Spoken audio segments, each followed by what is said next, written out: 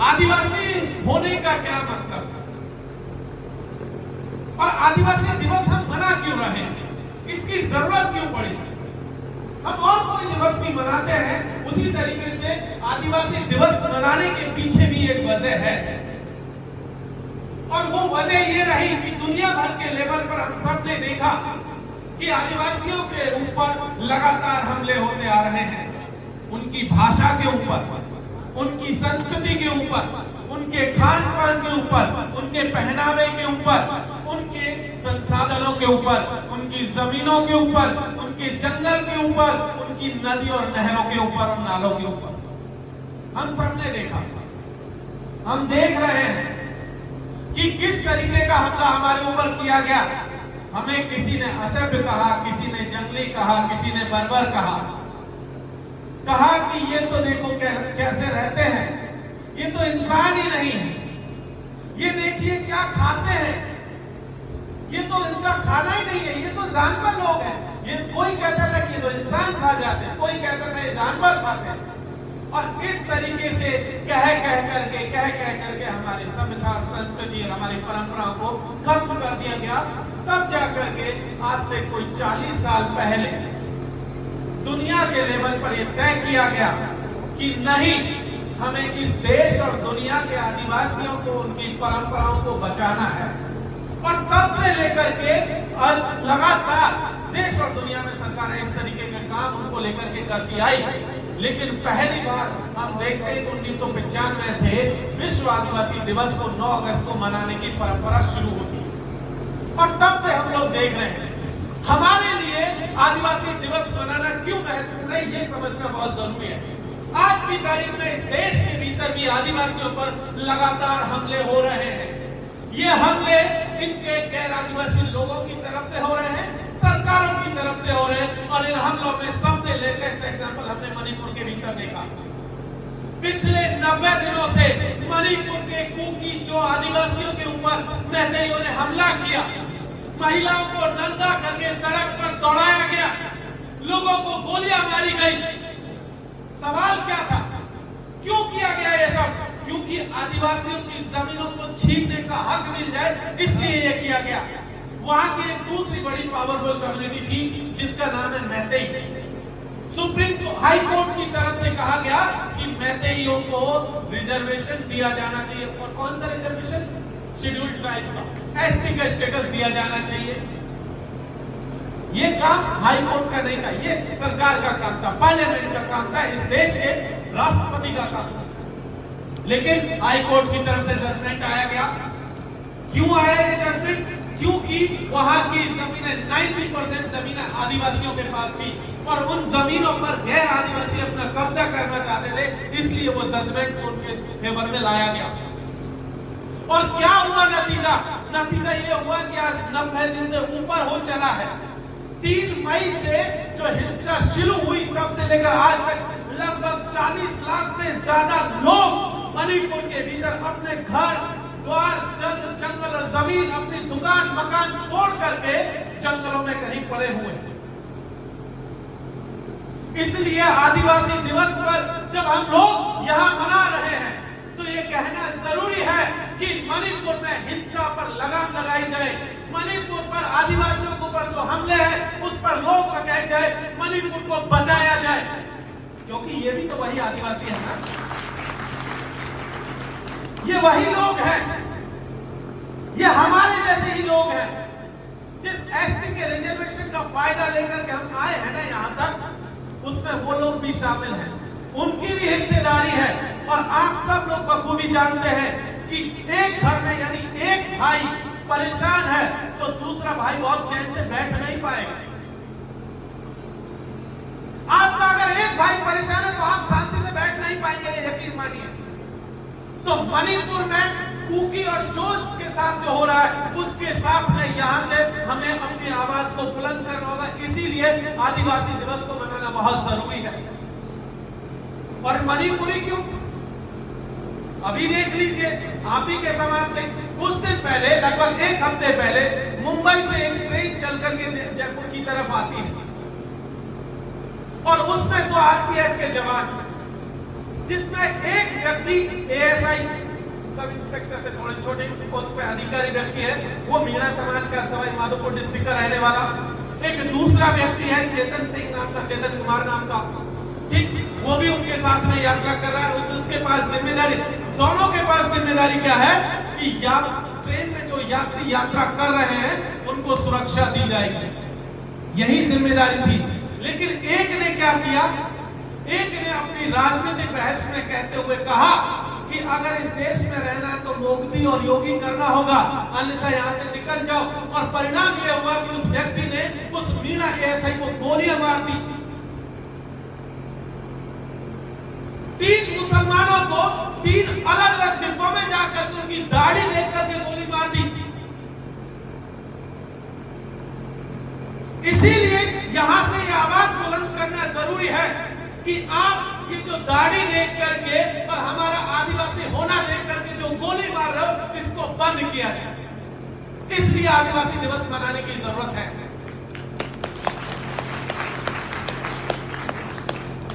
और ये घटना 1 और 2 नहीं है, लगाम यहां पर नहीं रुक रही है। आम से यहां से 10-15 किलोमीटर दूर आपका मध्य प्रदेश का बॉर्डर पड़ता है, हम सब लोग जानते हैं। लगभग 1 से 1.5 महीने पहले मध्य प्रदेश में क्या हुआ? मध्य प्रदेश में यह हुआ कि एक आदिवासी व्यक्ति जो वीडियो में दिख रहा है कि वो उसका जो है गरीब गुरबा परिवार से है, मानसिक रूप से भी ठीक नहीं है, सीढ़ियों में बैठा हो, जैसे ये सीढ़ियां बैठा, इस पे कोई व्यक्ति आकर के बैठा हुआ, नॉर्मल तरीके से बैठा है। सडनली एक नेता आता है बीजेपी का और वो आकर के उस बैठे हुए व्यक्ति के ऊपर पेशाब करता है, जिसका कोई दोष नहीं है उस व्यक्ति का, जो व्यक्ति बैठा है, सिंपल बैठा हुआ। एक नेता आकर के उसके ऊपर पेशाब करता है और पेशाब करते हुए का तीसरा व्यक्ति फोटो खींचता है, वीडियो बनाता है। इसलिए यहां से ये कहना बहुत जरूरी है कि इस पर लगाम लगाई जाए। हम आपके लिए पेशाब घर नहीं है, हम आपकी जंग के औजार नहीं है, हम आपकी जंग की जमीन नहीं है। इसलिए यहां से कहना जरूरी है साथी। और सिर्फ इतना नहीं, इस पूरे देश में देख लीजिए, इस प्रदेश में देख लीजिए, किसी और प्रदेश में देख लीजिए, पिछले 8 सालों में आदिवासियों के ऊपर जो हमले हो रहे हैं, चाहे हमारी औरतों के ऊपर बलात्कार का मामला हो, छेड़खानी का मामला हो, हमारे पुरुषों को जो अपमानित करने का मामला हो, या किसी और तरीके के मामले हो, उनमें लगातार इजाफा होता रहा है। इस प्रदेश के भीतर भी यही हाल है, ये भी कोई अछूता नहीं। इसलिए यहां से ये कहना जरूरी है कि चाहे सरकारों के हमले हो, चाहे बाकी लोगों के हमले हो, उस पर तमाम तुरंत तरीके से रोक लगाई जाए। और ये हम यहां से कहना चाहते हैं। एक दूसरी बात, हम लोग क्या, हमसे ये कहा जाता है कि आपको तो रिजर्वेशन मिल रहा है इसलिए आप इतने आगे बढ़ गए, आप में मेरिट नहीं है, आप में ये नहीं है, आप में वो नहीं है, आपको तो ये नहीं आता, वो नहीं आता, कहा जाता है ना। हम सब कर्मचारी लोग हैं, सबको कहा जाता है। और रोकने की भी तमाम कोशिशें की जाती है, ये भी आप बखूबी जानते हैं। टाइम पर आपको प्रमोशन नहीं मिलेगा, टाइम पर एग्जाम नहीं होगी तो ज्वाइनिंग नहीं मिलेगी, ज्वाइनिंग हो जाएगी कुछ और पंगा हो जाएगा, आपका अधिकारी आपको ठीक से बात नहीं करता, बैठने को कुर्सी नहीं देता, किसी जानेदार कमरे में वैसे बैठा दिया जाता है।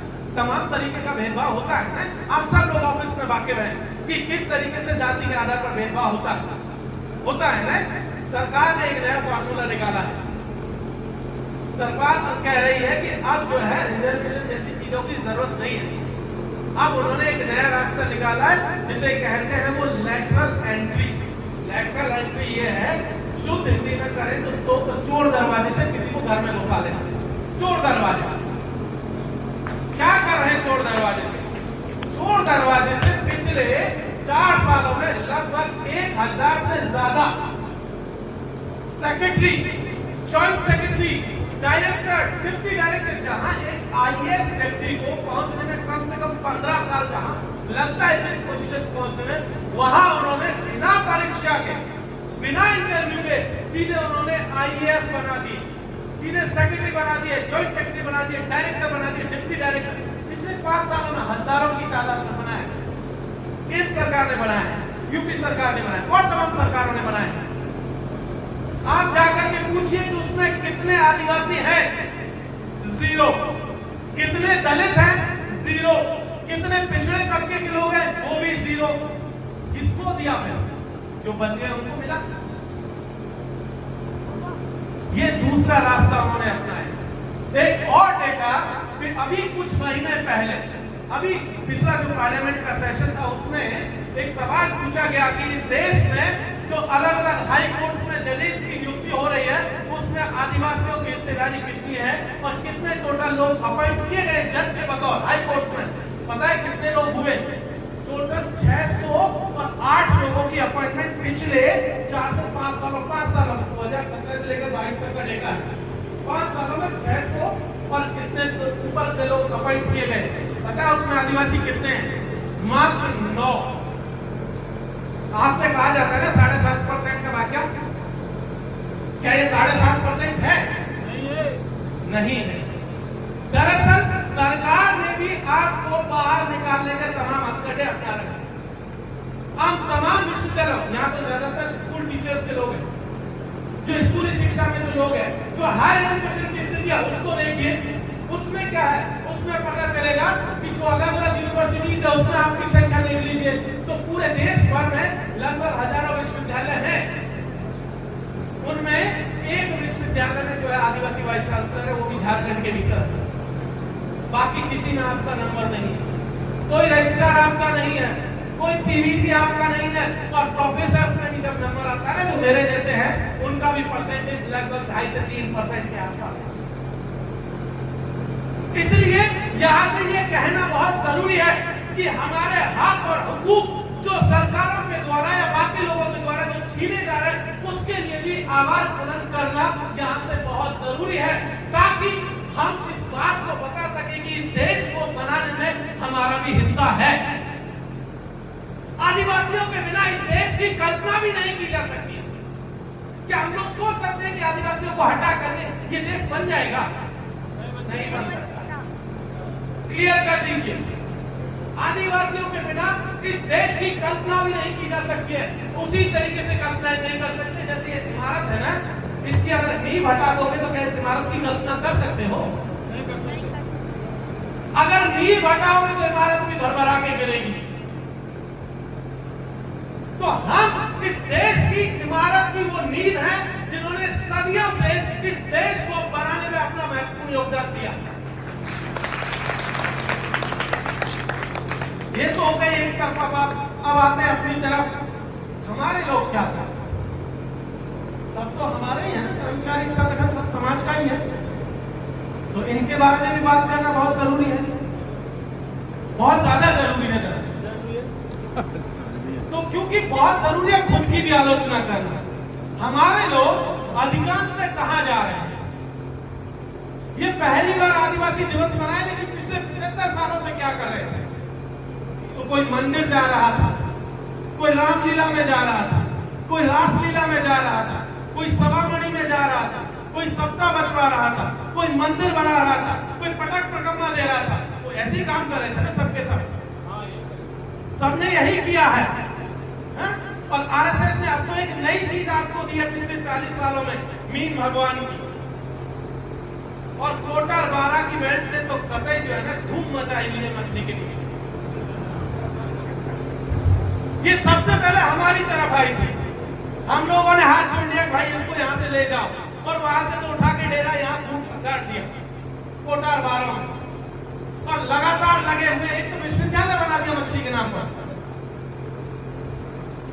बना है ना। लेकिन एक सवाल आपसे है मेरा, एक सवाल का जवाब दीजिए।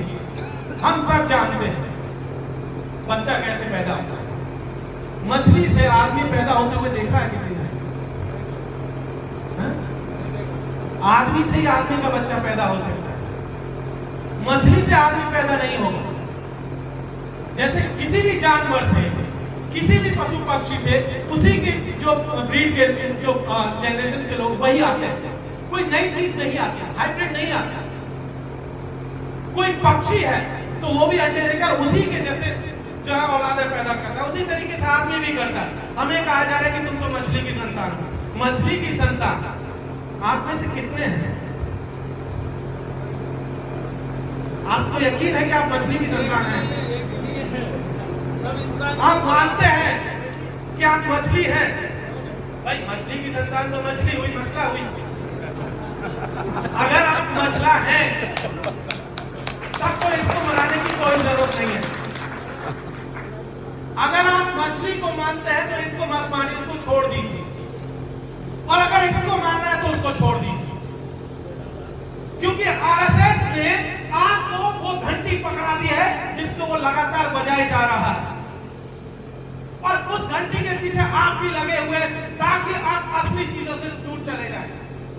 वो चाहते हैं कि आप आदिवासियत को छोड़ दें और छोड़ करके उनके साथ खड़े हो जाएं, और ताकि वो जो धर्म की लड़ाई उधर उन्होंने छोड़ी हुई है मुसलमानों के खिलाफ, ईसाइयों के खिलाफ, सिखों के खिलाफ, किसी और तीसरे के खिलाफ, उस लड़ाई में आपको शामिल करना चाहते हैं। वो क्या कहते हैं? वो कहते हैं कि बेटा धर्म खतरे में, आज त्रिशूल और तलवार लेकर,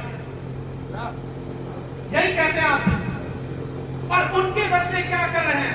आप तमाम नेताओं के बच्चों को देख लीजिए, कोई विदेश में नौकरी करता है, कोई विदेश में पढ़ता है, कोई किसी सरकार में मंत्री है, कोई कहीं विधायक है, कोई कहीं संतरी है, कोई बड़ा प्रॉपर्टी डीलर है, एक तो बीसीसीआई की सेक्रेटरी भी है। और पार्लियामेंट के भीतर वो क्या भाषण देते हैं कि जो है हिंदुत्व खतरे में है, वो हिंदू राष्ट्र बनाएंगे, वो हिंदू राष्ट्र आप लोगों के कहने पर, और आप लोगों को बच्चों को दलों में शामिल करा के बनाना चाहते हैं। इसलिए ये चीज यहां से इंश्योर कीजिए कि आपके बच्चे त्रिशूल और तलवार लेकर के किसी दूसरे के ऊपर ना चढ़े, इसके बजाय बेहतर है कि कलम, कॉपी और किताब लेकर के स्कूल की तरफ जाए। आपको अपने बच्चों को दंगाई होने से बचाना है,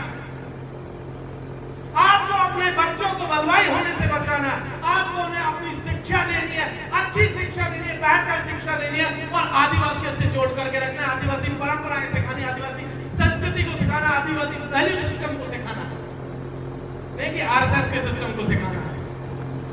अभी हम बात करेंगे उस विश्वविद्यालय जिसका नाम है जय मीनेश आदिवासी विश्वविद्यालय।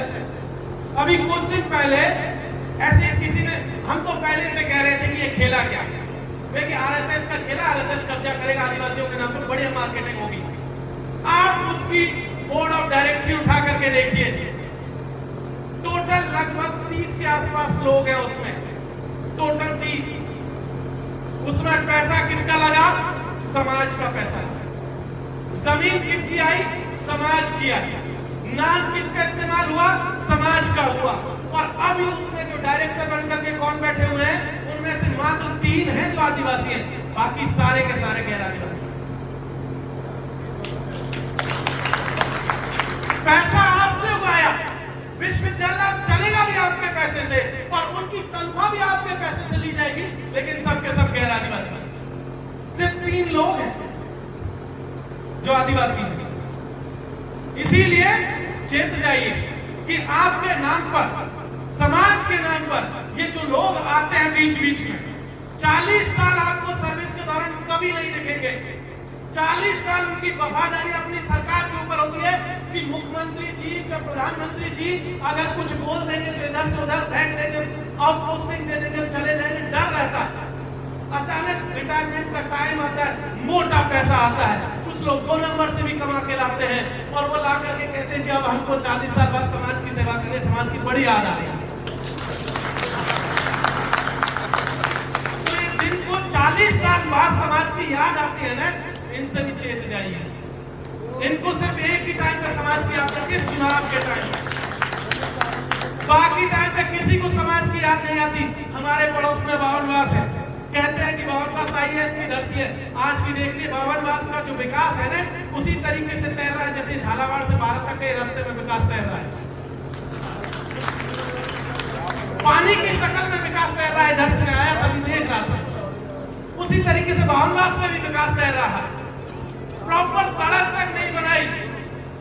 जिस गांव ने इस देश को वित्त राज्य मंत्री दिया हो, पर्यावरण मिनिस्टर दिया हो, एनवायरमेंट मिनिस्ट्री दी हो, जिस राज्य ने इस देश को सबसे बड़े टॉप से टॉप ब्यूरोक्रेट दिया हो, उस गांव के लोग आज भी पानी को तरस रहे हैं, सड़क को तरस रहे हैं, बिजली को तरस रहे हैं, क्योंकि उन्हें भी 40 साल बाद समाज की सेवा का नाम पर याद आया, और उसका नतीजा यही हुआ। क्योंकि जैसे कोई आता, हमें भी समाज की चिंता होगी, हमें भी लगता है कि समाज का आदमी ठीक, इतना भी भोले मत बनिए, कतई भोले बनने की जरूरत नहीं है। आपका वोट आपका हक है, उसी को दीजिए जो आपके लिए लड़े, जो आपके लिए काम करे, जो आपके लिए बोले।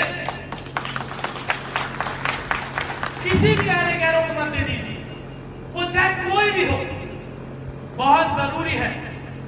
अन्यथा पिछले 75 सालों से जिस तरीके से झेलते आ रहे हैं हम वो अपमान, जिस तरीके से सीधी के उस नौजवान ने झेला पेशाब के दौरान, दूसरी तरीके अपमान मणिपुर की हमारी आदिवासी बहनों ने झेला, या और जो अपमान हम लोग झेलते आ रहे हैं, अगर हमारे यही लोग रहे तो ये अपमान हमारा कंटिन्यू रहेगा। आप उठा करके देख लीजिए, इस देश के भीतर लगभग 47 सांसद हैं, लगभग 487 विधायक हैं अलग अलग राज्यों में आदिवासियों के, लेकिन एक ने भी मणिपुर के ऊपर अपनी जबान नहीं खोली, एक ने भी सीधी के ऊपर बोला नहीं, एक ने भी किसी और मसले में नहीं बोला।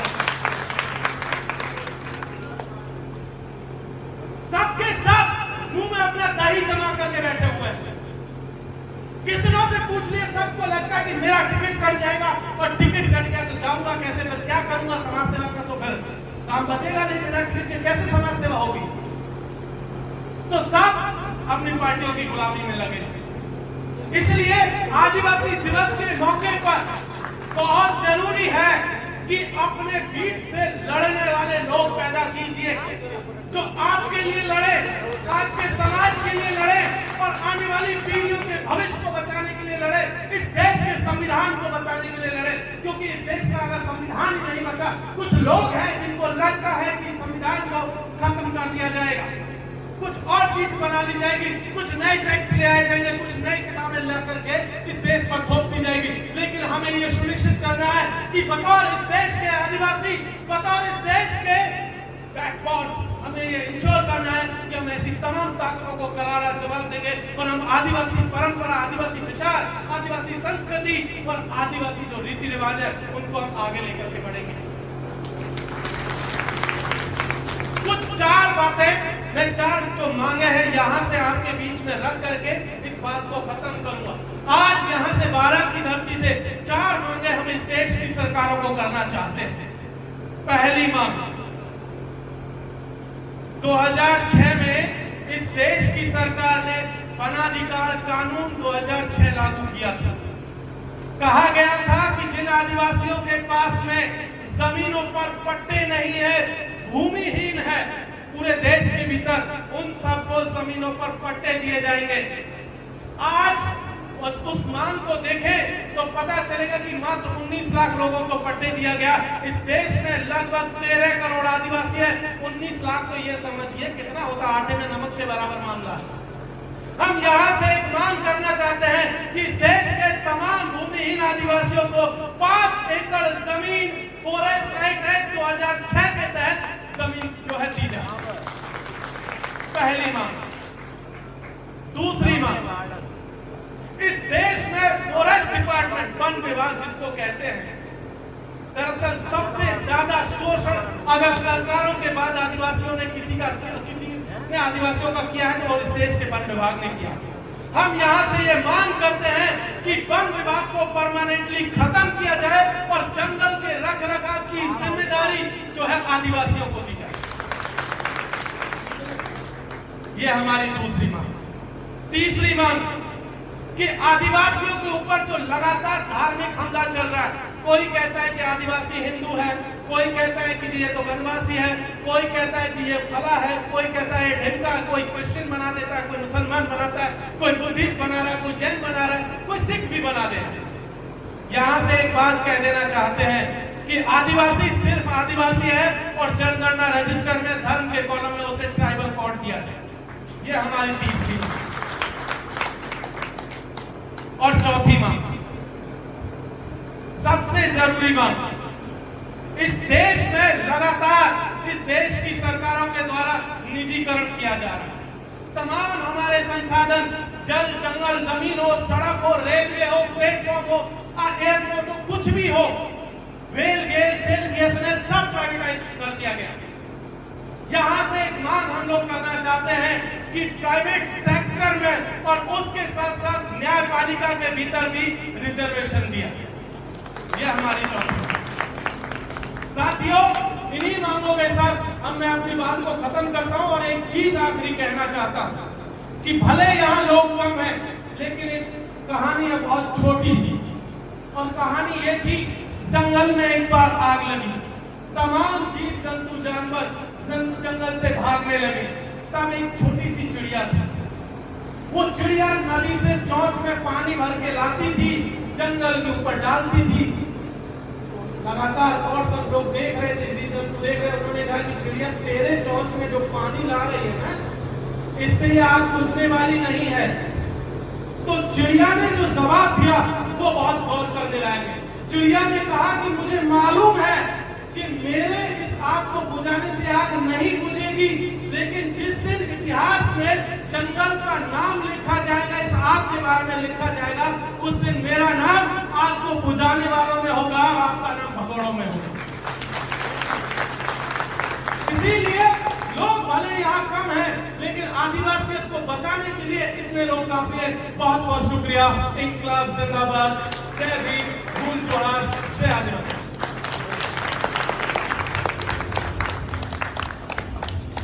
बहुत बहुत साधुवाद, शुक्रिया। आपने